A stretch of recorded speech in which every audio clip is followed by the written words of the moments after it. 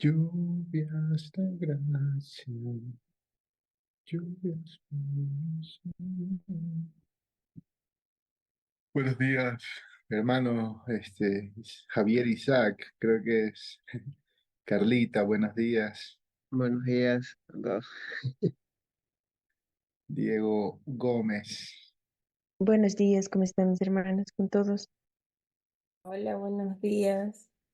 Michelle está por ahí, bien, bien, bien, vamos a... Muy bien, Y, Diego. Luis, ¿puedes comenzar orando para iniciar? Una.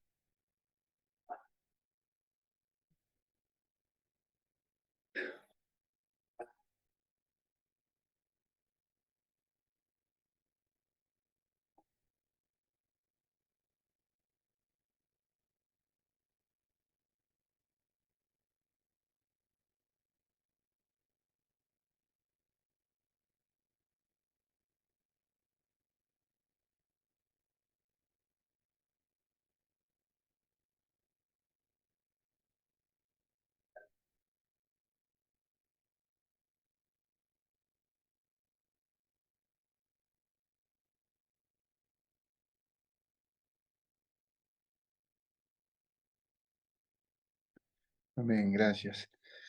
Bien, tenemos el capítulo 4 de nuestro libro. Quiero darles unas pequeñas indicaciones y quizá un recordatorio, porque hace un tanto tiempo conversaba con un hermano, el cual me confesaba, ¿no? Que él, cuando comenzó a leer libros, decía él que él quiso aprenderse casi cada línea de lo que decía el autor, ¿no? Como en su ímpetu por aprender, pues eh, casi estaba escudriñando el libro y esto no lo estaba llevando a la palabra de Dios. Entonces, recordándome eso, pues creo que es altamente importante que podamos recordar que el libro solamente es un material de apoyo para poder acudir a la palabra de Dios con una mejor comprensión.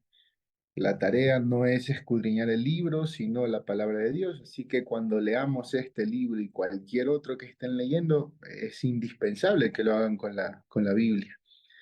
No vaya a ser que intentemos que alguna palabra de hombre pueda sustituir lo que la palabra de Dios debería hacer en nosotros. Y el resultado de esto es maravilloso, porque cuando aprendemos por medio de estos materiales, pues llegamos a pasajes puntuales y deberíamos recordar esto que ya hemos estudiado, tal como el pasaje que estudiamos hace un par de semanas de Isaías 6. Am, el hecho o la funcionalidad sería que cada vez que, no sé, estemos estudiando Isaías 6, recordemos todo lo que hemos estudiado y no quedarme simplemente con el libro, el libro, el libro, que no está mal, es un buen material de apoyo, pero no es la prioridad en sí misma. Incluso hoy vamos a utilizar la Biblia, porque tenemos, según el estudio que tenemos, hay tres pasajes importantes que el autor menciona, así que vamos a encauzarnos en los tres. El libro, bueno, si leímos, por supuesto, claramente no hay cosas que se nos quedaron, pero puntualmente necesitamos el día de hoy la Biblia, hermanos. Nada más y nada menos. Entonces, espero que tengan sus Biblias abiertas. Los que por ahí pueden participar, vamos a leer pasajes, todos vamos a leer un pasaje, así que tengan su Biblia en mano. De pronto alguno que esté arropado en la cama, am, sin, por favor, quítese la sábana, la colcha y mejor levántese porque vamos a participar. Entonces, bien, en esta mañana tenemos tres pasajes que estudiaremos. Son muy conocidos por todos. Hay creo que muchos aportes en cada pasaje, así que esa sería la tarea de hoy puntualmente. Vamos a comenzar con el primer pasaje del día, que es Marcos 4, del 35 al 41, que es lo que el autor eh, explica o nos expone en el capítulo 4 de nuestro libro de estudio. Eh, Tal como nosotros estudiamos hace unas 2 semanas en el capítulo 2, donde eh, pudimos estudiar, ver o leer por primera vez, quizá alguno, esta visión que tuvo Isaías, ¿no? Cuando vislumbró la gloria de la santidad de Dios, esta visión tan grande y qué es lo que provocó en él. El objetivo de los pasajes que tenemos hoy, pues será comprender qué provocó en los discípulos ahora en el Nuevo Testamento al estar cara a cara con el Santo de Dios, cuando estuvieron frente al Cristo, al Dios encarnado, al Ser Supremo. Entonces, a ver, vamos a comenzar con Carlita. ¿Me puede leer el capítulo 4 de Marcos, el versículo 35 y 36, por favor? Claro. Aquel día, cuando llegó la noche, les dijo, pasemos al otro lado. Y despidiendo a la multitud, le tomaron como estaba en la barca, y había también con él otras barcas. Ya, listo.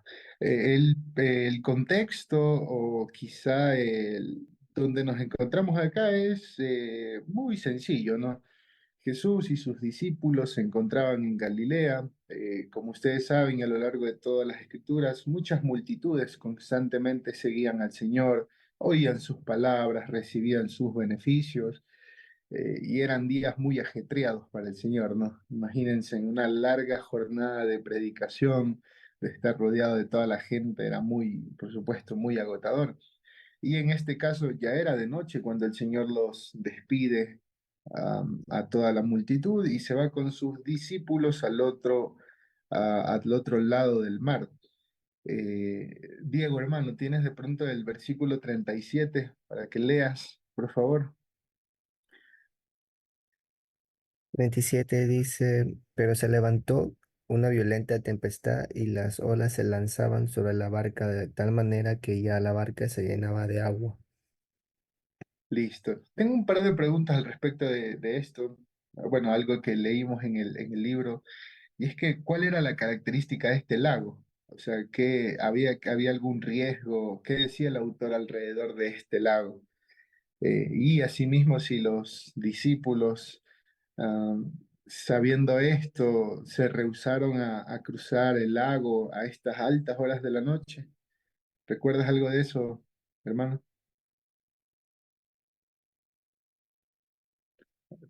Está el micrófono apagado, por cierto. Preguntabas que por qué se disponían a cruzar el lago en la noche. Bueno, en primer lugar, ¿cuál era la característica de este lago, no? O sea, ¿había algún riesgo al navegar? ¿Qué decían los navegantes de ese lugar? Y el autor, por supuesto. Es como una encantadora mujer cuyos estados de ánimo cambian fieramente, decía. Eh, o sea, era bien, bien complicado, ¿no? Creo, este mar cuando, pues caprichosamente o providencialmente también, pues se levantaban grandes tormentas, que era muy difícil. Am, sí, justamente eso. Y a la final, como ven, no se rehusaron los discípulos. ¿Por qué? Porque eran hombres ya profesionales en su labor, ¿no? No había temor, crucemos en la noche, no, no pasa nada. Pero en ese día, tal como se describe, se levanta una tempestad muy grande y al punto de que las olas estaban golpeando constantemente la barca y pues algo importante que hay que notar es que la barca era una barca común, tradicional, ¿no? No eran estos al estilo del Titanic, cosas ya más grandes, no, era una barca que fácilmente podría ser derribada, dice el pasaje, de tal manera que ya se anegaba. Eh, entonces, versículo 38, Luis, ¿puedes leer, por favor?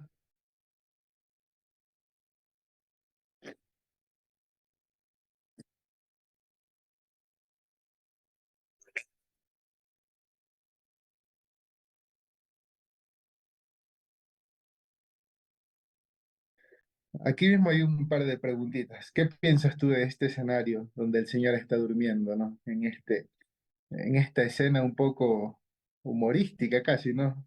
Todos están muriendo y por ahí el Señor descansando. ¿Qué piensas de esta reacción del Señor y asimismo de las de los discípulos? ¿Era normal? ¿No era normal? ¿No tenían que asustarse? ¿Qué piensas, Luis?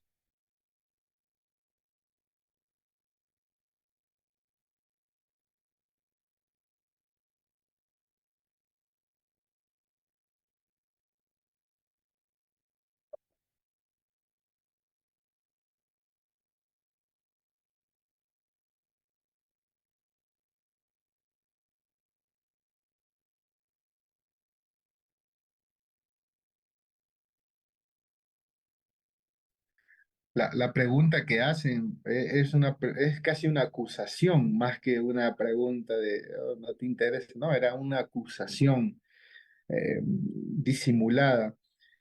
Decía el autor que incluso era en otras palabras como que a ti no te importa lo que nos pueda suceder a nosotros. Y acá hay un punto en el cual si alguien desea comentar está bueno, porque el autor también lo menciona. Ellos dicen que básicamente estaban acusando al Hijo de Dios de falta de compasión. Eh, a Dios se le acusa de falta de amor, de crueldad, de lejanía, como si Él no hubiese hecho lo suficiente para probar su compasión por nosotros. Esto creo que es un clamor incluso muy notorio en nuestros tiempos, ¿no? La gente acusando a Dios de que, oh, Dios, ¿por qué permites? ¿Por qué una cosa de acá? ¿Por qué? Y todas las cosas son unas acusaciones muy... am, cuando acusan justamente de falta de compasión, creo que no entienden o acusan a quien no deberían acusar en este caso. ¿Alguien puede que desea comentar acerca de esto, de la realidad que vivimos en este tiempo de gente acusando constantemente a Dios, de que no se cumple o el mundo no es como ellos desearían y hay esta especie de reparo o quizá esta hostilidad delante de Dios? ¿Algún comentario de esto? Bueno, esto sí es abierto, no es tan puntual. ¿Qué dices, Luis?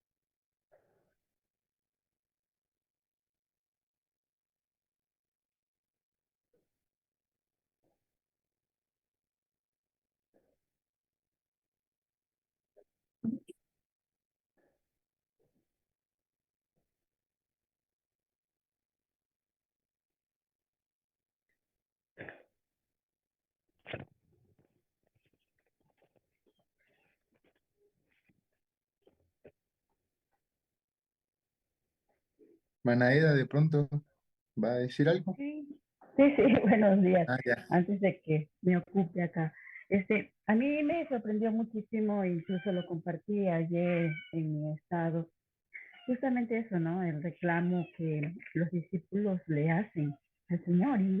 Y yo creo que en cierta medida, en algún momento de nuestras vidas, ah, la mayoría, no voy a decir todos, pero la mayoría nos hemos visto en una situación parecida. Muchas veces, incluso antes de leer el libro, yo tengo 27 años caminando con el Señor y, y, este, y algunas veces en situaciones muy, muy complejas le he dicho al Señor, Señor, calma esta tormenta. Y es eso, ¿no? Es un reclamo porque en la medida en que uno va conociendo a Dios, para mí un pasaje extraordinario es 1 Pedro 5, 7, si no me equivoco, donde el apóstol Pedro, después de decir humillados bajo la poderosa mano de Dios, él dice, porque Él tiene cuidado de vosotros. Entonces, alguna vez en una crisis acá con la hipoteca de la casa que no nos salía el préstamo, le decía, Señor, su palabra es verdad y yo lo creo, según Romanos 8:28, todas las cosas ayudan a bien a los que aman a Dios, ¿no? Y a los que conforme el propósito de Dios son llamados. Y le decía, Señor, así me toquiera vivir debajo de un puente, uh, su palabra dice que usted tiene cuidado de mí. Y pues ayúdeme a sostenerme en fe, en esa confianza, ¿no? Y la verdad es que es eso, el ser humano cree que Dios le debe algo. El ser humano cree que porque ora, que porque ayuna, que porque asiste fielmente, que porque diezma, que porque él buscó a Dios muchas veces, o la mayoría de las veces la gente dice así, que porque ellos vinieron a Dios, entonces Dios les debe algo. O sea, si yo estoy comportándome bien, es más, una hermana me hablaba de su novio en ese tiempo, que era un hombre, un joven tan fiel, tan comprometido con la iglesia, pero en un partido de fútbol se fracturó la clavícula. Entonces ella decía, ¿cómo es posible? O sea, si él es tan fiel, si él es tan servicial, entonces el ser humano cree que Dios le debe algo. O sea, él está en deuda y es nuestro reclamo constante, ¿no? Ojalá en algún momento podamos leer sobre Job. Y, y Job, cuando hace todo su, su interpretación, bueno, cuando él comenta que no entendía por qué Dios lo trataba de esa manera y luego Dios le dice, a ver, ven acá, ciñete y yo te responderé, ¿no? Entonces, lo interesante es que Dios jamás le da una respuesta a Job. A veces creemos que el libro de Job es sobre el sufrimiento. No, el libro de Job es sobre la soberanía de Dios. Dios jamás le responde perdón, Dios jamás le responde a Job, mira, es que pasó esto, es que aquí y allá, es que un día Satanás, no, no, no. Dios le dice, a ver, tú puedes hacer esto, tú hiciste lo de aquí y lo de acá, ¿verdad? 42 preguntas que Dios le hace a Job. Entonces Job dice, de oídas te había oído, ahora mis ojos te ven y me arrepiento en polvo y ceniza. O sea, debemos llegar a ese nivel, ¿no? Y es interesante eso. Me, me, me impactó mucho ayer, ya digo, porque es el común denominador de esto, ¿no? Ahora, yo quería hacer un comentario aparte sobre el lago de Galilea. Y quería usar el material del doctor Henry Halley, que la vez anterior les compartí el compendio manual de la Biblia. Y dice, el doctor Halley dice que el mar de Galilea, unos 21 kilómetros de largo y 11 de ancho,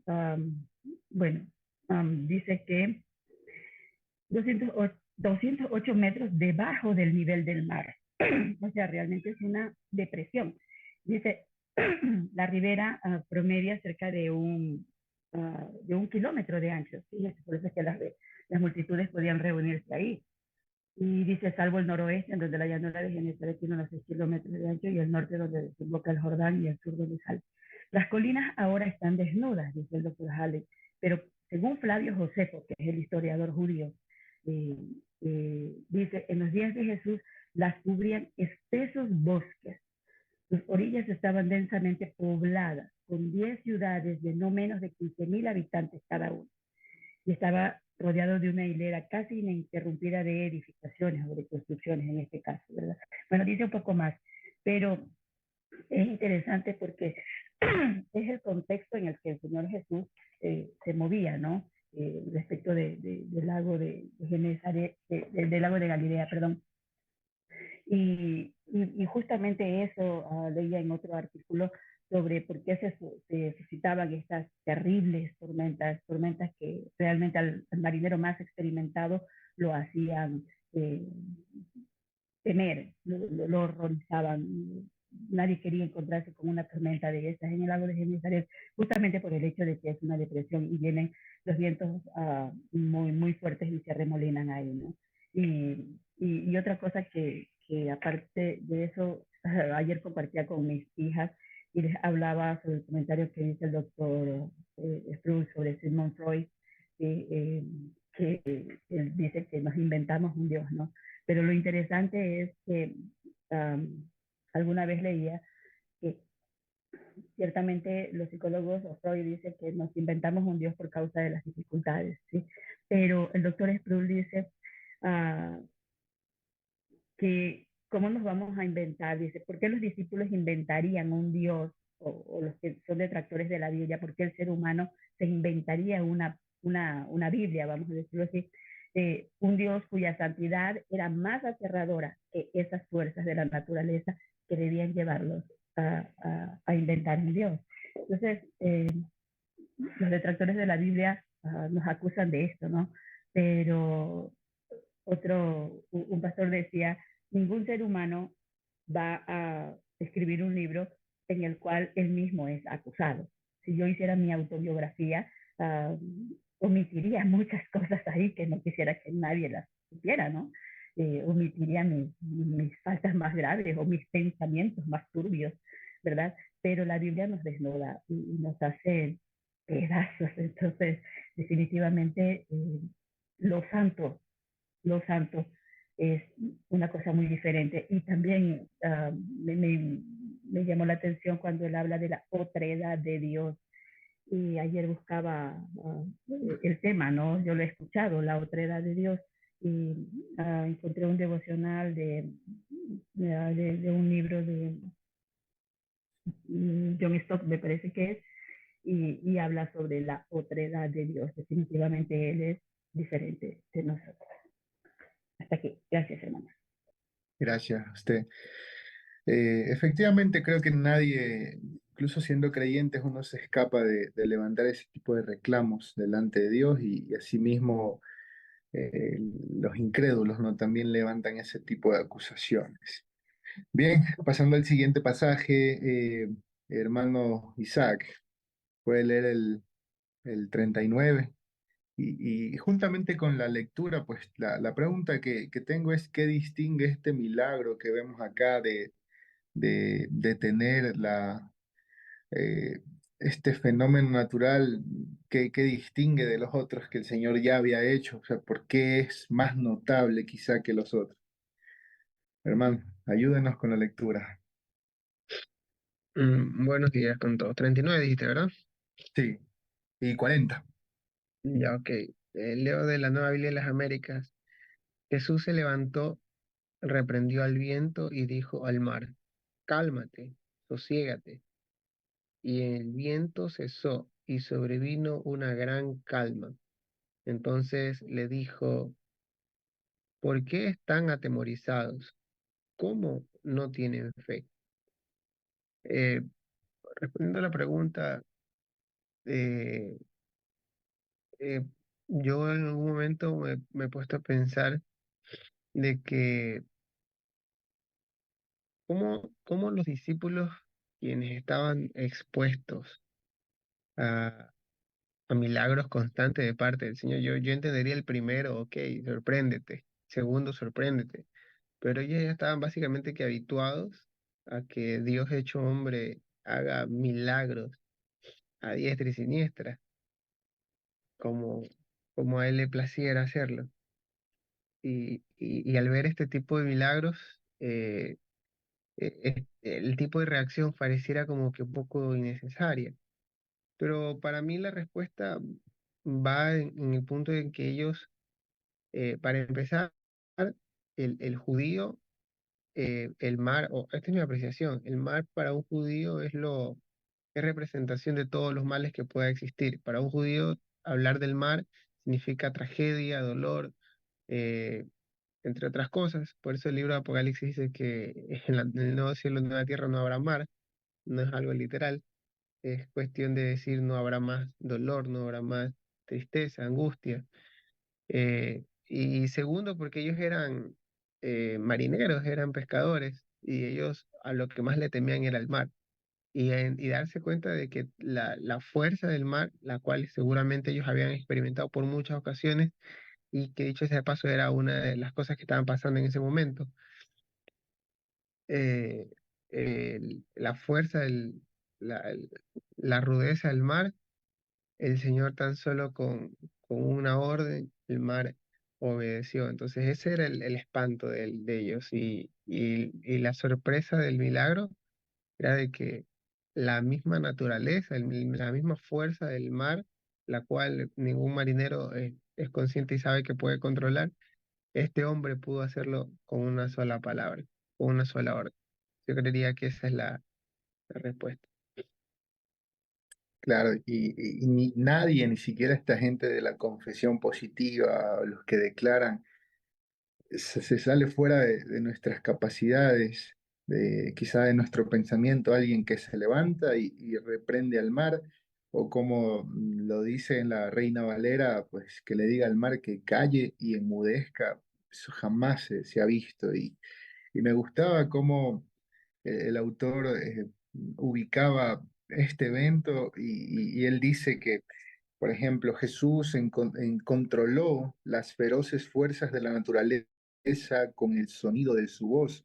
Él no oró ni le pidió al Padre que lo librara de la tempestad. Él afrontó el asunto directamente, pronunció un mandato, un imperativo divino y la naturaleza obedeció al instante. El viento escuchó la voz de su creador y al instante se detuvo. Imagínense, ¿no? Lo mismo que sucede según el testimonio de Génesis, donde el Señor habla y todas las cosas son creadas. Acá asimismo el Señor habla y todo se hace de acuerdo al orden de su voz. Es muy glorioso esto de aquí, hermano. Pero bueno, pasemos al siguiente pasaje. Por cierto, estamos con la Biblia. Hermano Fabián, me confirma si tiene la Biblia. Estamos en Marcos capítulo 4 del 35 al 41.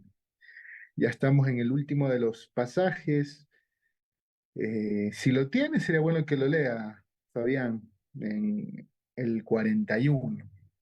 O si no lo tiene, pues encomendamos a alguien más. Y vamos a hacer la vuelta, pues. Bueno, vamos a hacer la vuelta ya.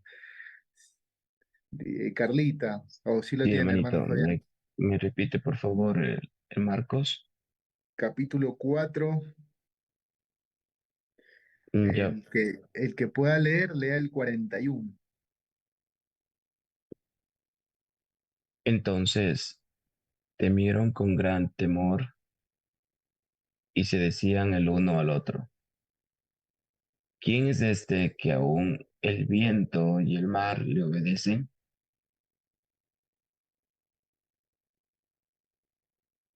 Gracias, hermano.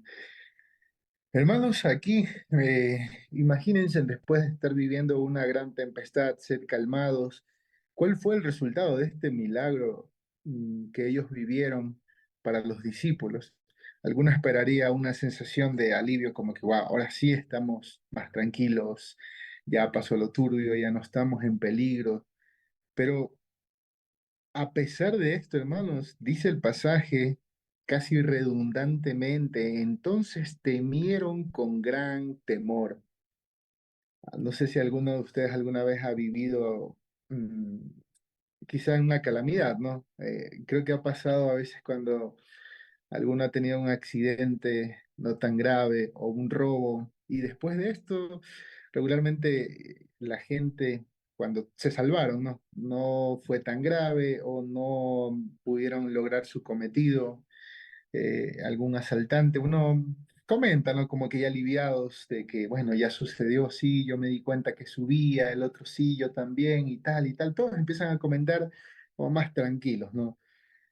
Que acá, en cambio, en nuestro pasaje y en este suceso ocurre lo contrario. Los discípulos viven esta experiencia, todo ha sido calmado por el Señor, pero ellos quedan con gran temor.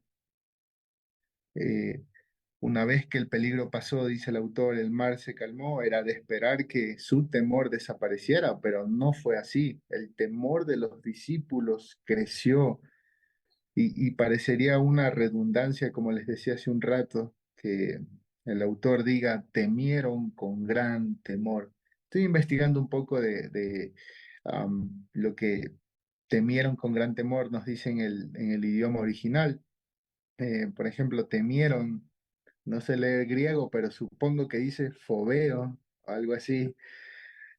La primera palabra temieron quiere decir quedar asombrado de o reverenciar algo en ese sentido. La otra definición que está en nuestra traducción como gran temor es phobos, quiere decir ser puestos en temor, o sea, ellos quedan asombrados por todo esto que ha sucedido, quedan con una especie de temor quizá reverente hacia todo lo que ha acontecido, con gran temor, es decir, ellos fueron puestos en ese temor, lo cual nos manifiesta como una repetición, un énfasis que Marcos intenta dar acá en el pasaje, de que de verdad esto fue totalmente diferente a todas las cosas que ellos habían experimentado.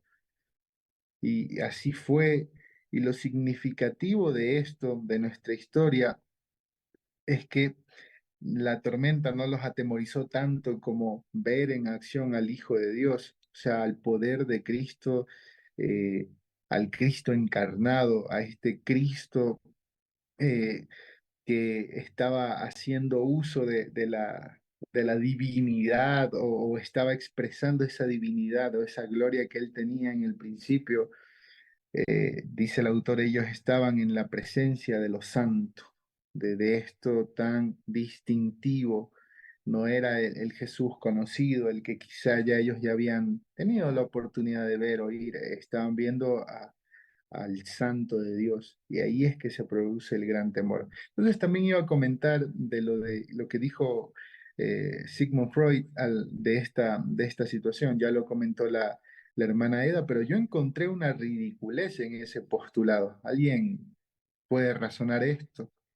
¿Cuál es la ridiculez de esa declaración? ¿De que este hombre decía que los seres humanos, cada vez que se encuentran en algún fenómeno natural, en algún terremoto, que es verdad que a veces pasa que la gente como que dice a quién voy a ir y se arrodillan en las calles y quieren buscar una salida?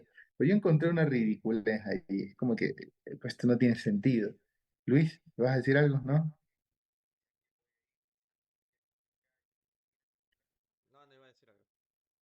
Ah, ya. ¿Alguien quiere comentar de esto? O bueno, yo lo digo para pasar. La cuestión es que imagínense lo ridículo que es tener que crear una especie de Dios para que este Dios creado por mi mente pueda de alguna manera actuar como un intercesor entre las cosas inanimadas, sabiendo yo si es que lo que he dicho o lo que he creado pueda o no existir. Eso es una ridiculez grande. ¿Por qué no hablarle directamente al terremoto? Cálmate, a las olas que se detengan. No tiene sentido esto. Tengo que crear algo para que esto que he creado pueda interceder. Para mí eso es ilógico, es irracional, irrazonable. Cada vez que la gente clama a Dios, pues lo hace efectivamente porque es la conciencia que seguramente, según Romanos capítulo 2 él ha puesto. El hombre tiene esto por defecto, no es que lo busca, sino que el Señor ya no se ha dejado sin testimonio, ¿no? Como también lo dice en otra parte en Hechos 15. Pero bueno, la ridiculez es grande de este pensamiento. ¿Por qué los discípulos tendrían que inventarse un Dios cuya santidad y cuya gloria era más terrible que las fuerzas de la naturaleza? No tiene sentido aquello. Dice el autor, una cosa es ser víctima de inundación o del cáncer, pero es otra cosa caer en las manos de un Dios vivo. Y esto creo que nos recuerda a Hebreos, ¿no? Hebreos 10 30 al 31, donde el autor dice, horrenda cosa es caer en manos del Dios vivo, ¿no? Entonces, este Dios no es el Dios que es creado y si fuera un Dios creado debería acomodarse, ¿no? A mis necesidades, a mi consuelo y, y es terrible, ¿no? Entonces el otro pasaje también, la segunda parte donde Marcos dice que los discípulos se decían el uno al otro, ¿quién es este? ¿Quién es este? ¿Qué clase de hombre es este? En otras palabras. Esta declaración es importante porque Creo que con esta aclaración los discípulos están tomando en consideración o, como dicen por ahí, cayendo en cuenta realmente delante de quién estaban. Ya no era un hombre, no era conversar amistosamente con Luis, con Isaac, con ustedes. Estaban delante de otro tipo de hombre, el cual no sabían que mí. Y vale la pena recordar eh, que tal como Natanael, ¿no? El cual no creía, ¿y quién es este? Pero una vez que lo ven a- al Señor o que Natanael experimenta esto, que este conocimiento de un Dios que todo lo ve, ahí es que él dice, wow, o sea, verdaderamente este es el Cristo. Y creo que esa era la experiencia que cada uno tuvo que experimentar. O sea, había gente que todavía no pensaban que era un profeta más, un rabino más de la época, pero claramente no era así. Este era un hombre de otro tipo. Era Dios mismo revelándose a través de este pasaje. Ahora bien, hermanos, pasemos a Lucas 5 del 1 al 10. Versículo 10 solamente la primera parte.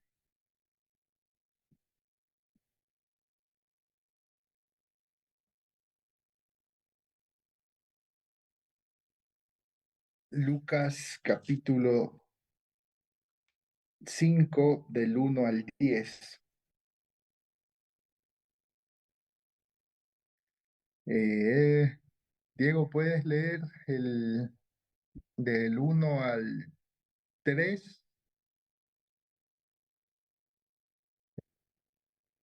Del 1 al 3 dice, y aconteció que mientras la multitud se agolpaba sobre él para oír la palabra de Dios, estando Jesús junto al lago de Genezaret, vio dos barcas que estaban a la orilla del lago, pero los pescadores habían bajado de ellas y lavaban las redes. Subiendo a una de las barcas, que era de Simón, pidió que se separara de tierra un poco, y sentándose, enseñaba a las multitudes desde la barca. Se repite, como decíamos anteriormente, un escenario muy común en el cual el Señor enseñaba, multitudes se agolpaban, y el Señor encontró una especie de estrategia para que de pronto todos lo puedan oír, lo puedan ver eh, claramente. Se sube a una de estas barcas, las cuales eran de Simón, y enseñaba a la gente. Y una vez que enseñó a toda la gente que dirigió, pues el Señor le rogó que se apartase y enseñaba a la multitud. Pero luego, versículo 4, Carlita, puede leer el versículo 4 y el 5. Cuando terminó de hablar, dijo a Simón, boga mar adentro y echad vuestras redes para pescar. Respondiendo Simón, le dijo, Maestro, toda la noche hemos estado trabajando y nada hemos pescado, mas en tu palabra echaré la red. Carlita, ahí mismo le pregunto, ¿cómo se sentiría usted en un escenario donde, imagínese, ¿no? En su trabajo, profesión, cuando trabajaba o cuando hacía alguna labor puntual, donde usted había estudiado, se había preparado, tenía la experiencia necesaria y hay una solución, perdón, hay una situación que no tenía resultados, que no se solucionaba, aunque usted hizo todo el procedimiento adecuado, usted no se saltó ningún procedimiento, hizo lo correcto y ha hecho todo lo humanamente necesario y nada resulta.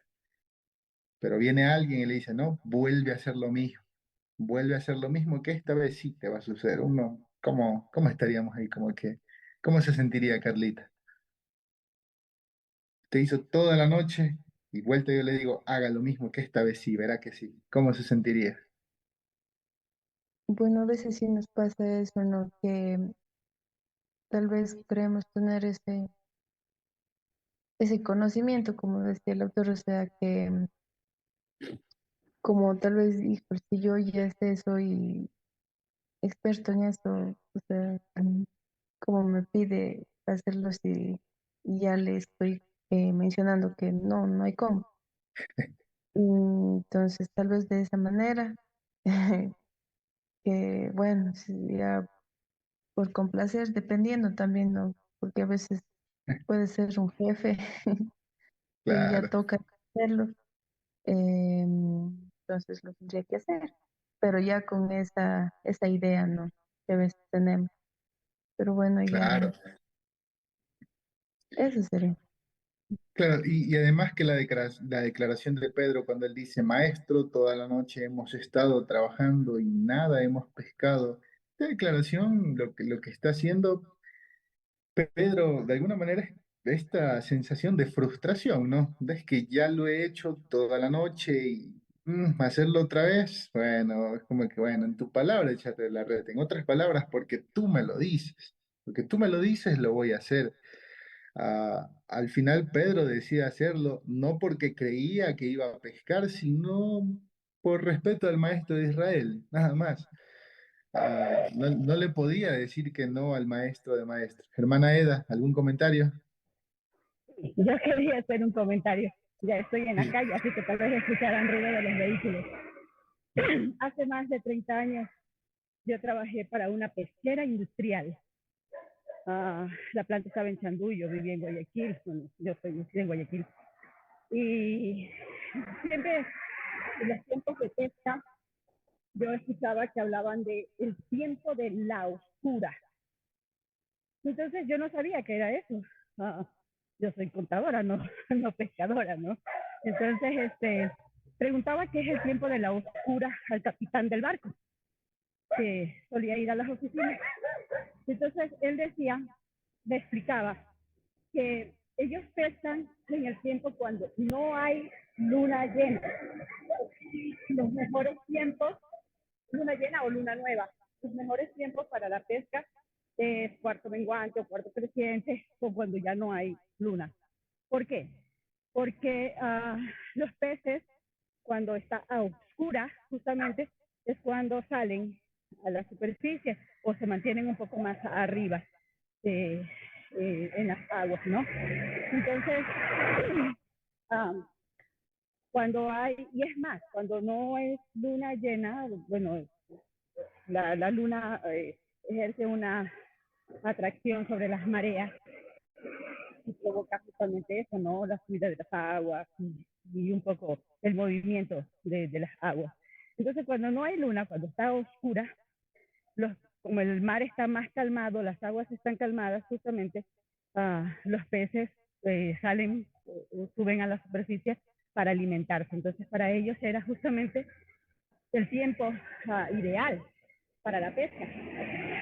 Entonces, yo cuando en ese tiempo no conocía del Señor, y cuando ya el Señor me trae a sus pies y leo este pasaje, me acordé de eso.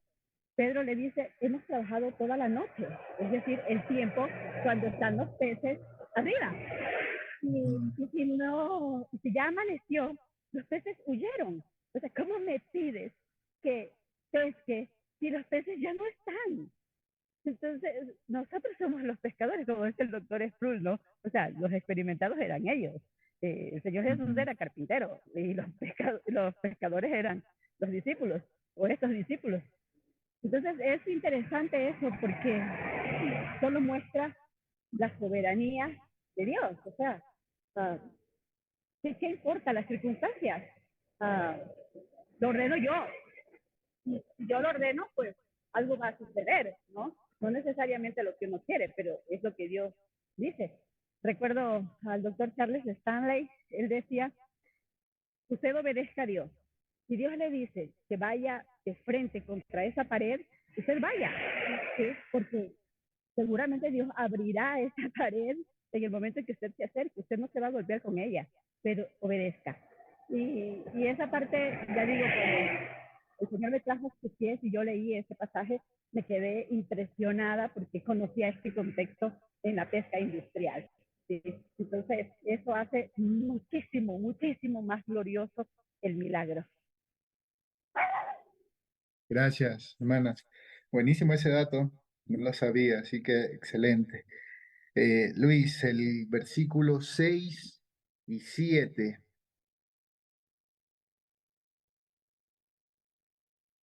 Dice, y Y habiéndolo hecho, encerraron gran cantidad de peces y su red se rompía.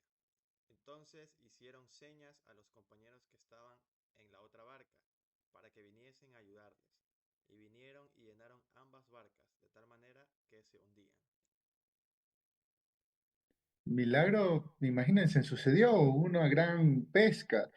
La pregunta acá, una pregunta personal que quizá nos podríamos hacer es, Luis, ¿cómo te sentirías en experimentar un milagro tan grande? Imagínate, hay vacas flacas, creación, está complicado, pero en un día se te revientan las redes, todo el mundo te empieza a llamar, a escribir, y vas, tienes full pedidos, tienes full trabajo. ¿Cómo te sentirías? ¿Alegre, feliz, agradecido? Claro, sí, evidentemente, porque, o sea, creo que hace poco, esta es una experiencia que nos tocó con mi esposa, que nos enteramos que ella está embarazada. Entonces ya lleva 3 meses y algo más. Y una de las reacciones nuestras fue obviamente felicidad y gozo porque, bueno, es un hijo y más allá de eso creemos de que, o sea, es una, no sé, es un sentimiento, una sensación espectacular, pero obviamente uno dice, gracias Señor por bendecirme, pero yo siempre pienso en la parte que quizá los que no pueden tener esta oportunidad, pero no es que Dios no los ama, sino más bien creo que es parte de la soberanía de Dios. Y obviamente, no sé, porque en algún momento nosotros sí nos planteamos, bueno, ¿qué pasa si nosotros no podemos tener hijos? ¿No? ¿O qué pasa si no nos va bien? ¿O qué pasa? Porque uno siempre se proyecta para lo bien que le puede ir en las diferentes cosas que uno hace. Pero en la vida de Dios vemos en la Escritura de que todos los apóstoles, todos los hombres de Dios, muchas veces no le fue bien en esta tierra, en el sentido natural, fueron despreciados, escupidos. Entonces, siempre viene esa sensación de, de una reacción como la que tuvieron algunos de ellos. Apártate de mí, Señor, porque soy hombre pecador. Cuando nos ocurre algo como esto, ¿no? Y obviamente si no ocurre, uno sí se pone triste, pero continúa, no sabe que está bajo el gobierno de Dios y fin, no hay discusión. Entonces, y claro, si vienen más ventas, claro, feliz todo. Si no vienen, no nos gozamos tanto, pero sí humanamente, ¿no? Pero sí sabemos de que estamos obedeciendo y eso creo que debería bastar. Creo que eso va a la medida de que vayamos madurando. Gracias, hermano. Y como leían en el libro, el autor decía, pues bueno, mi reacción hubiera sido que de pronto le decía a Jesús, Jesús, bueno, sigue viniendo acá a la pesca para que nos ayudes a tener estas abundantes bendiciones, tantos peces. Sería muy bueno que, Señor, que estés aquí semanalmente casi, o diariamente si fuera necesario. Pero dice el autor, pero los negocios y las ganancias eran lo más lejano estaban lo más lejos de la mente de Pedro. Pedro, como el receptor de tal milagro, pues claramente no pensó en este lucro que podría haber tenido, no se sintió agradecido, alegre, como que wow, como que sí, no. ¿Cuál es la reacción?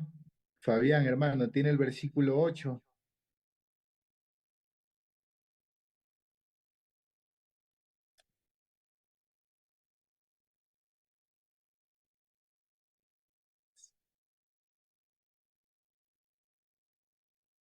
Si no,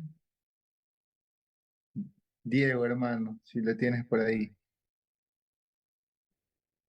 Cuando Simón Pedro se dio cuenta de lo que había sucedido, cayó de rodillas delante de Jesús y le dijo, Señor, por favor, aléjate de mí, soy un hombre tan pecador. Ok, Michelle, tú mismo. ¿A qué se debe esta reacción de, todavía no a por qué dijo soy un hombre pecador, no, sino simplemente a la otra reacción, o sea, ¿por qué esta reacción muy atípica? ¿Por qué no hubo alegría? ¿Por qué no hubo esta algarabía de recibir un milagro grande? Si no hubo esta especie de reverencia, esta especie de temor. ¿Puede comentarnos algo? Al igual que en el otro, no se ve que tienen temor quizás porque no es un hombre común, ¿no? El Señor y está haciendo algo que como bien comentaba la hermana Ede, de acuerdo a la marea, al día, a la hora, ya no era posible, ¿no? Entonces en este caso, pues ellos se ven atemorizados porque no es algo común ver un hombre que les diga y ellos han trabajado toda la noche, ellos son ya expertos o veteranos en el tema, entonces que un señor, o bueno, que el señor y que un individuo les diga, haz esto y pasa algo que es sobrenatural, entonces creo que por eso ellos, o bueno, en este caso, pues él le dijo, sabes que aléjate de mí porque ya se dio cuenta, ¿no? Ante lo que estaba, ante o ante quién estaba, ¿no? En este caso creo que es como que natural el temor que sintió él, ¿no? Gracias, Michelle. Dice el autor, Pedro se había dado cuenta que estaba en la presencia del Santo hecho carne. Estaba desesperadamente incómodo. Su respuesta inicial fue de adoración. Cayó de rodillas ante Jesús y en lugar de decir algo como, Señor, te adoro, te magnifico, él dijo, por favor, apártate de mí. Por favor, vete, no lo puedo soportar. Y, y creo que acá sí hay un buen distintivo, hermanos, porque saben que constantemente, dice incluso el autor, y cuando ustedes leen el Nuevo Testamento, mucha gente quería estar cerca de Jesús, o sea, la gente se peleaba por tocar y recibir algún beneficio, alguna oración, pero en este caso tenemos todo lo opuesto.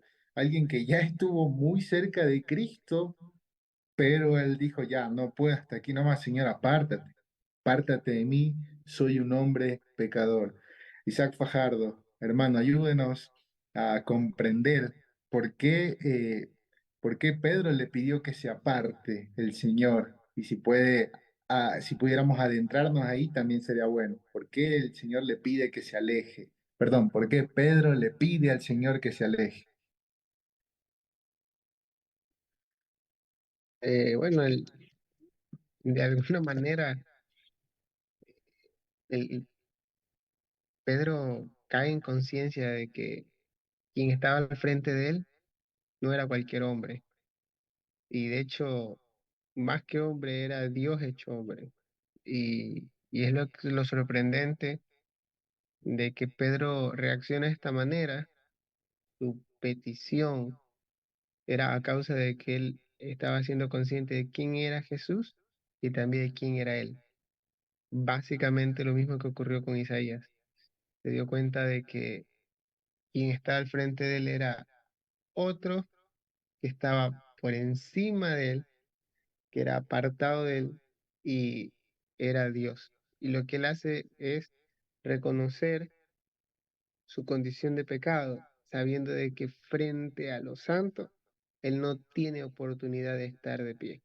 Por eso es la reacción, que es, apártate de mí, no puedo soportar tanta majestad, no puedo, o sea, al mismo tiempo él pudo haber estado pensando al mismo tiempo de que de como Isaías, ya soy un hombre muerto, no tengo oportunidad alguna de permanecer frente a este hombre porque él es, o sea, tenía todas las evidencias de que era Dios hecho hombre, o sea, la naturaleza mismo le estaba obedeciendo y esa es la reacción de Pedro.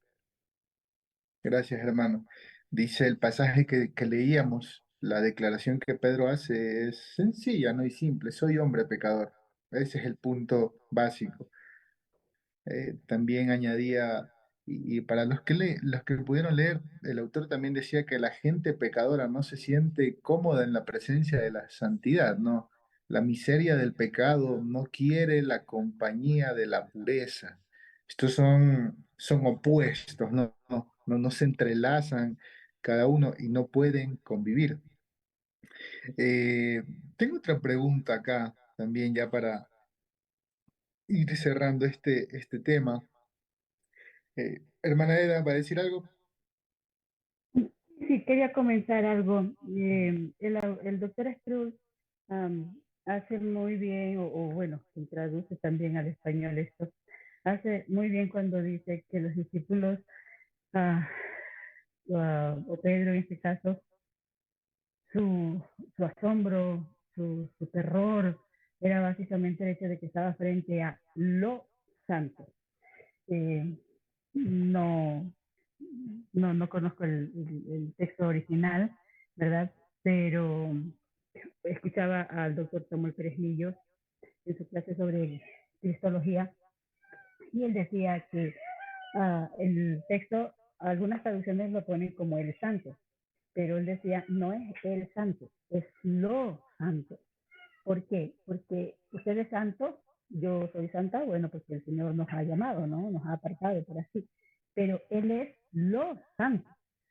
O sea, esa era la diferencia, el terror de ellos, de los discípulos, en este caso de Pedro mayormente, era eso, estaba frente a lo santo. No sé si ustedes recuerdan el pasaje en Jueces 13, cuando el ángel de Jehová le anuncia a la esposa de Manoah sobre el nacimiento de Sansón.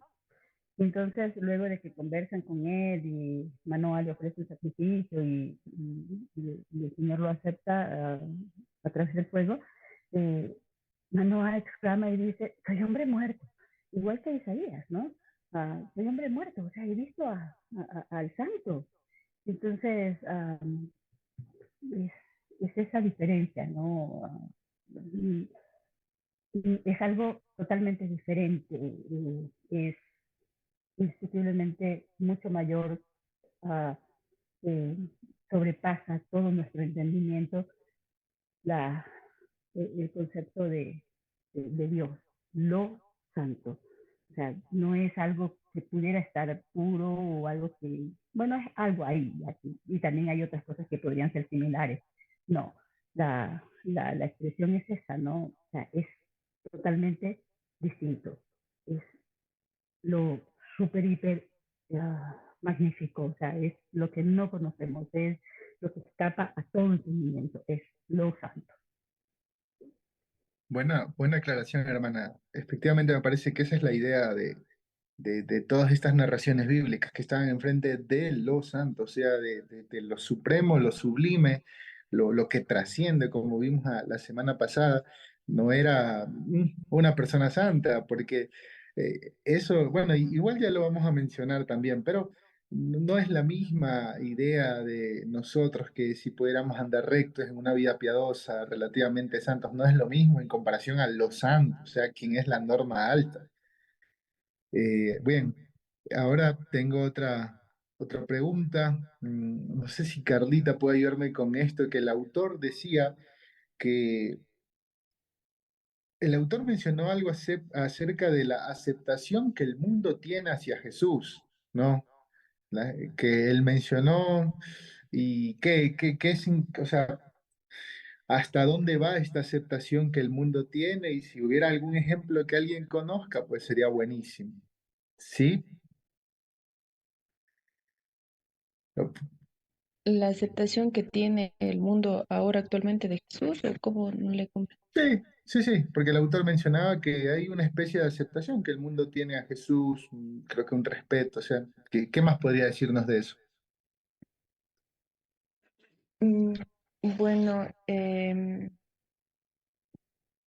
no recuerdo mucho, bueno, sí leí el libro, pero no recuerdo esa parte, pero lo que podría decirle es que actualmente el hombre en general ha escuchado de Jesús, ¿no? Más o menos le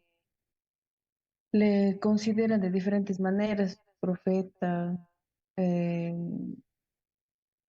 algunos dicen que es Dios, otros no, eh, pero cuando nosotros, cuando estamos dentro de la presencia de Dios o conocemos la magnitud de la santidad de Dios, realmente nos pasa como le pasó a Pedro, ¿no? Que nos vemos pecadores, nos vemos como que no podemos estar delante de la presencia de un Dios santo y ahí el poder y la grandeza de Dios que con su misericordia nos limpia, nos lava y podemos venir a la presencia de Dios por medio de Jesús. Eh, Eso le podría comentar, Talita. Gracias. Y claro, creo que el ejemplo más notable son las religiones del mundo, ¿no? A nivel mundial, la mayoría de religiones, no todas en realidad, pero la mayoría tienen esta aceptación hacia Cristo. Y ahí tenemos el claro ejemplo. Preguntamos a los mormones, a los testigos de Jehová y todos, incluso sí, buen hombre, buen profeta, buen hombre piadoso, hombre de virtud, y sí, incluso creo que el Islam también lo aprueba como un profeta común y corriente, o sea, nadie tiene problema, y el mundo en general, ¿no? Han visto que la gente dice, el mundo tendría que imitar a Jesús y los cristianos fueran más como Jesús, y lanzan ese tipo de acusaciones para desprestigiar, por supuesto, el cristianismo, pero ensalzan a Cristo mismo. Entonces, la mayoría y todo el mundo ensalza el nombre de Cristo, no tienen problemas con Cristo. Y con todo esto, decía el autor, es paradójico también saber por qué los contemporáneos del Señor lo mataron, ¿no? Por qué la gente mató a Cristo. eh, y esto básicamente, en resumen de todas las cosas, el autor dice esto de aquí. La gente apreciaba la excelencia moral siempre y cuando estuviese lejos, a una distancia segura de ellos. Los judíos honraban a los profetas a la distancia. El mundo honra a Cristo a la distancia. Algo similar sucedió con Pedro. Él quería estar con Jesús hasta que se le puso muy cerca. Entonces Pedro exclamó, apártate de mí. La religión y el mundo en general está muy bien con este Cristo, bueno, de las únicas historias que conocen, ¿no? Que no apedrea a las mujeres adúlteras, que da amor, eso es lo único que conocen. Y en base a eso, pues ese es Cristo, ¿no? Pero lo omiten totalmente. Versículo 9 y 10 de nuestro pasaje, vemos la misma reacción, el mismo escenario. Dice el pasaje, porque por la pesca que habían hecho, el temor se había apoderado de él y de todos los que estaban con él, y asimismo de Jacobo y Juan, hijos de Zebedeo, que eran compañeros de Simón. El temor cayó sobre todo, no, sobre todos, no solamente sobre Pedro. Ahora bien, la última parte, ya para culminar, tenemos el último pasaje de Mateo 23. Por supuesto que no vamos a evaluar todo Mateo 23 porque no alcanzaremos nada, básicamente. Pero Mateo 23 contiene la denuncia impactante, ¿no? Que el Señor tiene hacia los fariseos de la época. ah, Emite juicios, incluso lamentaciones, observamos en Mateo 23. Esto es muy notable. Ahora, antes de introducirnos en Mateo 23, recordemos lo que ya hemos venido estudiando, que Jesucristo el Señor era el supremo hombre de santidad, era lo santo, era lo piadoso, era Dios mismo. Ningún hombre era virtuoso como Él y nunca nadie lo será. Entonces, teniendo esto en mente, eh, Mateo 23 contiene una denuncia acerca de un grupo muy importante, son los fariseos, los cuales eh, fueron los enemigos mortales del Señor en aquellos días. Luis, cuéntame, ¿quiénes son los fariseos? ¿Cuáles son sus orígenes? ¿Cuál era el objetivo primario de su religión? Bueno, los fariseos eran prácticamente una secta. Creo que se le decía... Ay, se me perdió, lo tenía aquí ahorita. Pero bueno, ya la cosa es de que podemos ver de que ellos eran moralistas, eran personas que externamente tenían mucho hacer para con el hombre, miraban las monedas y hacían sonar cuando le daban a un mendigo. Entonces dice que estos fariseos se originaron en el periodo del Antiguo Testamento, cuando estaba por concluir, y fue una secta fundada por hombres que tenía gran celo por la ley y que significa separado. La paradoja con estos fariseos que en teoría buscaban la santidad a través de la ley moral, bueno, la ley en general, perdón, ellos creo que deberían haber celebrado, ¿no? Oh, Cristo viene, el hombre de virtud, el hombre santo, pero pues claramente no fue así, más bien todo lo contrario. Diego, ¿qué alcanzaron los fariseos delante de los hombres por este gran celo de la ley? ¿Alcanzaron algún tipo de alta sociedad? ¿Qué alcanzaron delante de los hombres? Diego Gómez. Alcanzaron prestigio y reconocimiento delante de los hombres por su separatismo. As- Claro, gracias. Se convirtieron en hombres populares, ¿no? Hombres que privilegiados, dice el autor, ellos recibían elogios, eran bienvenidos en todo lugar, gozaban de asientos privilegiados, eran admirados, ¿no? Sus uniformes, creo que eran bien pomposos estos fariseos, ¿no? Me parece que parte de la vestimenta incluían, creo que escribir como versículos bíblicos, leí hace algún tiempo, en algo de sus mantos, si no me equivoco, pero bueno, eso lo dejaremos por otro lado, pero eran la santidad andante. Lo complejo de esto es que el Señor opinaba todo lo contrario de ellos, de este grupo que decía ser santo. ¿Qué opinó el Señor acerca de ellos? Pues que delante de los ojos de Dios esto no significaba nada.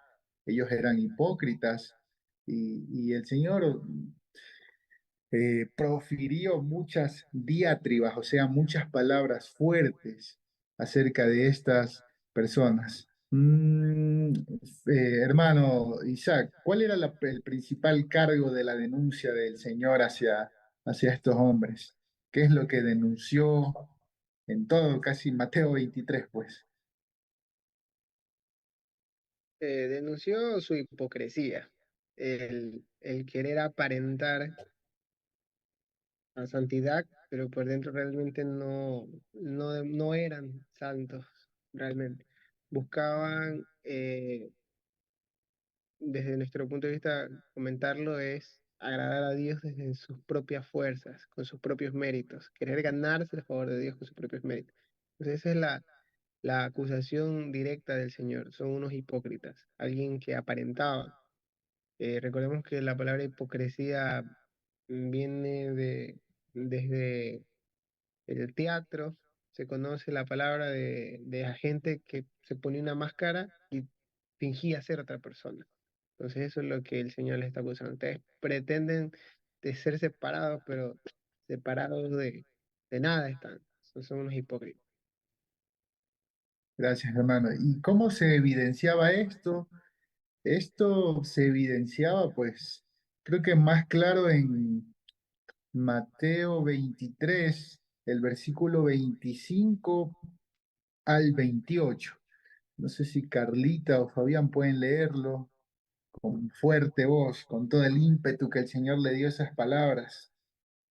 Porque son oráculos, no son, bueno, mis palabritas, hipócrita, no, eran fuertes, así que cualquiera puede leerlo. Mateo 23 del 25 al 28. Carlita Fabián, con fuerza e ímpetu, por favor.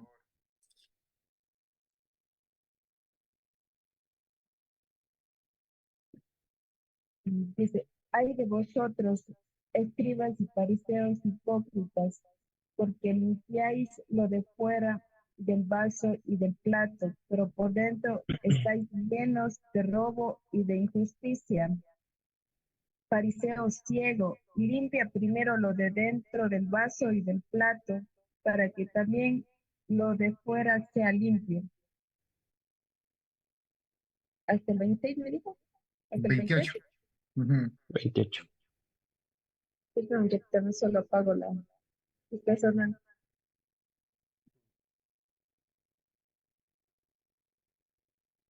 Yo leo el 27 y el 28, hermanos. Hágale, hágale. Hay de vosotros, escribas y fariseos hipócritas, porque sois semejantes a sepulcros blanqueados, que por fuera, a la verdad, se muestran hermosos, mas por dentro están llenos de huesos de muertos y de toda inmundicia. Así también vosotros por fuera, a la verdad, os mostráis justos a los hombres, pero por dentro estáis llenos de hipocresía e iniquidad. Gracias, hermanos. Y esta es la evidencia que el Señor nos muestra. Lo que está diciendo puntualmente es que exteriormente la santidad de ellos era muy alta. Pero cuando ustedes leen todo el pasaje verán que hay más acusaciones, ¿no? Pero no las vamos a poder considerar todas. Pero imagínense al punto de que ellos al tomar una bebida tenían que colar, ¿no? O sea, cernir en nuestras palabras para ver si es que no se mezcla por ahí algún mosquito, algún animal inmundo, cosas así. Pero pues olvidaban, o sea, tragaban el camello en el sentido de que hacían cosas horrorosas, quizá por dentro donde nadie los veía. Y ese es un peligro muy grave, ¿no? Que ya mismo pues con eso voy a culminar. Pero en sí mismo todas las palabras que el Señor da a estos hombres son palabras muy fuertes, ¿no? Serpientes, generación de víboras, guías ciegos, hijos del infierno, guías necios. Eh, lo cierto es que estas palabras son extraordinariamente severas, pero no injustificadas, ¿no? No es que el Señor se estaba inventando por ahí una acusación, recuerden, Él era santo y Él era justo. No es que el Señor intentaba cargar a estos pobres hombres con acusaciones inciertas o falsas, no, todas ellas eran ciertísimas, eran verdaderas. Y aunque, miren, aunque el Señor corrigió a muchos hombres y mujeres con mayor, una amonestación más gentil, el Señor con estos hombres no se reservó de los comentarios más severos. Y lo que yo diría es que incluso estas palabras tan fuertes son actos de misericordia, ¿no? De parte del Señor, para que estos hombres quizá a través de estas palabras puedan compugirse quizá de espíritu y puedan ya no seguir en estos caminos. Todas estas palabras son actos de misericordia, fuertes sí, pero necesarias. Eh, de manera que delante del juicio eterno de Dios, por ejemplo, un grupo de personas así, realmente no tendrían excusas, ¿no? Porque fueron desnudados delante de Dios por la palabra en estos tiempos, por ejemplo, cuando uno le muestra que alguien no está haciendo lo correcto por la palabra, no tendrían excusas. De la misma manera, en aquellos días, el Señor al pronunciar estas palabras, de alguna manera estaba procurando que se arrepientan, a ver si es que abandonaban esos caminos, pero no fue así. Al final, el Señor fue muerto por este grupo de hombres. Entonces los fariseos odiaban a Dios, quien se supone debería ser su ejemplo de santidad para que ellos puedan vivir justa y piadosamente, pero, decía el autor, a nadie le gusta que lo critiquen, especialmente a la gente acostumbrada a que la halaguen. Por eso el rencor de los fariseos creció, creció, creció, al punto de odiarlo hasta la muerte. Su mera presencia era suficiente para detestarlo, ¿no? Eh, Asimismo, creo yo, bueno, igual según como estudiamos, dice el autor, la presencia de Jesús representaba la presencia de lo genuino en medio de lo espurio. La aparición de la santidad genuina no le agradó a la santidad falsa. Y aquí está un recordatorio que escribí para que no pudiéramos irnos vacíos de esto de aquí, sobre todo de este punto en particular de la hipocresía. Dice así, esto es algo que nosotros como creyentes no deberíamos ignorar ni omitir, no sea que caigamos en la misma condenación de los fariseos. Debemos procurar y trabajar por caminar en santidad, en una genuina santidad, para caminar rectamente delante de Dios que mira y pesa nuestros corazones, que nuestras intenciones sean justas, que el Señor nos redarguya si fuera necesario, debido a que el Señor ama la verdad en lo íntimo. Eso es lo que realmente importa. El otro grupo que también tuvo problemas con esta misma situación de la santidad fueron los saduceos, ¿no? Ambos grupos cayeron en la misma condenación porque por la apariencia de piedad, por la hipocresía. Eh, y juntamente con esto, ya para culminar, sabemos que el Cristo encarnado ya no camina sobre nosotros, Él ha ascendido al cielo, nadie lo ve o habla audiblemente con Él en la carne, pero el poder amenazador de su santidad aún se puede sentir. Algunas veces es transferido a su pueblo, como los judíos al pie del monte Sinaí huyeron aterrorizados del rostro radiante de Moisés. Así la gente hoy se siente incómoda ante la mera presencia de los cristianos. Yo creo que acá hay muchos ejemplos, quizá de alguno que ha podido experimentar aquello. Llegas a un lugar y no sé, la gente estaba con algarabía, insultando, hablando palabras deshonestas, pero pues llegó el pastor Diego, llegó el pastor Isaac, llegó todos estos hombres y mujeres que hay aquí, dicen, no, ya no podemos decir estas cosas.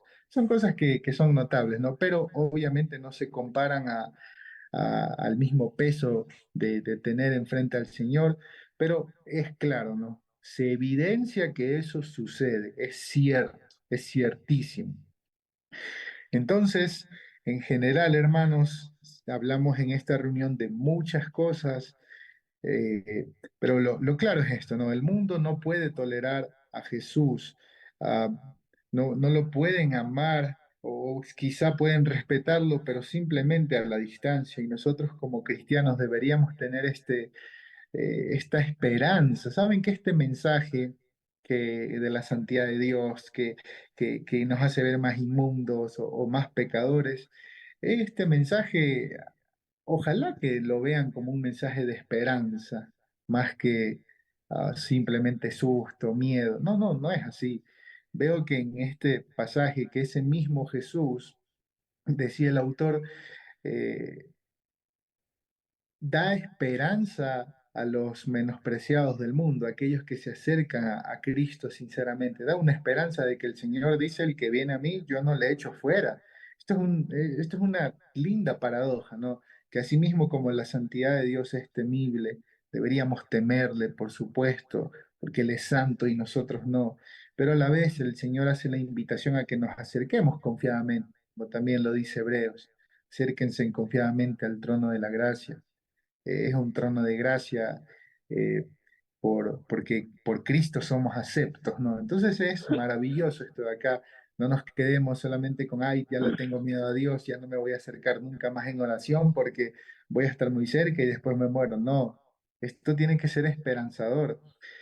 Para culminar, leía ayer en algo de esto de la novela del progreso del peregrino, cuando Cristiano se topa con intérprete y el intérprete le empieza a mostrar varios escenarios, puertas donde suceden cosas, ¿no?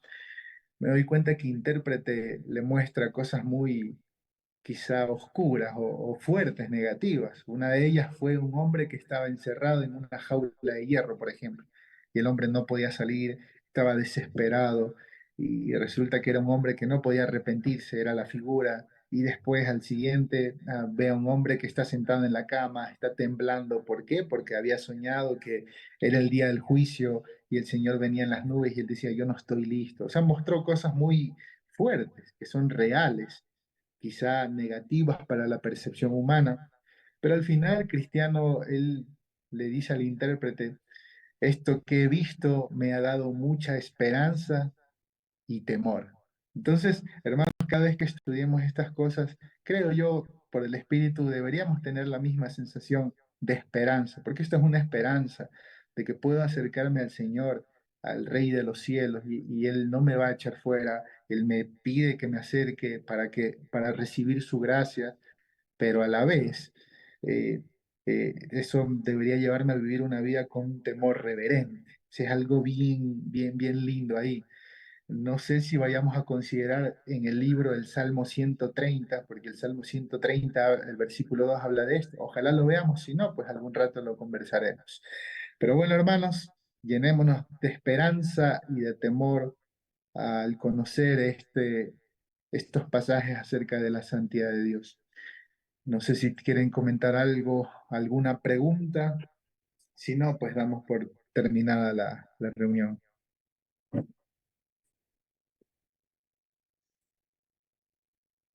¿Está todo bien? Bueno, me parece que está todo bien. Ah, hoy el tema ha meditado un poquito más de tiempo, así que estamos bien. Gracias a todos por su participación. No sé si tomamos un capture final para ya despedirnos.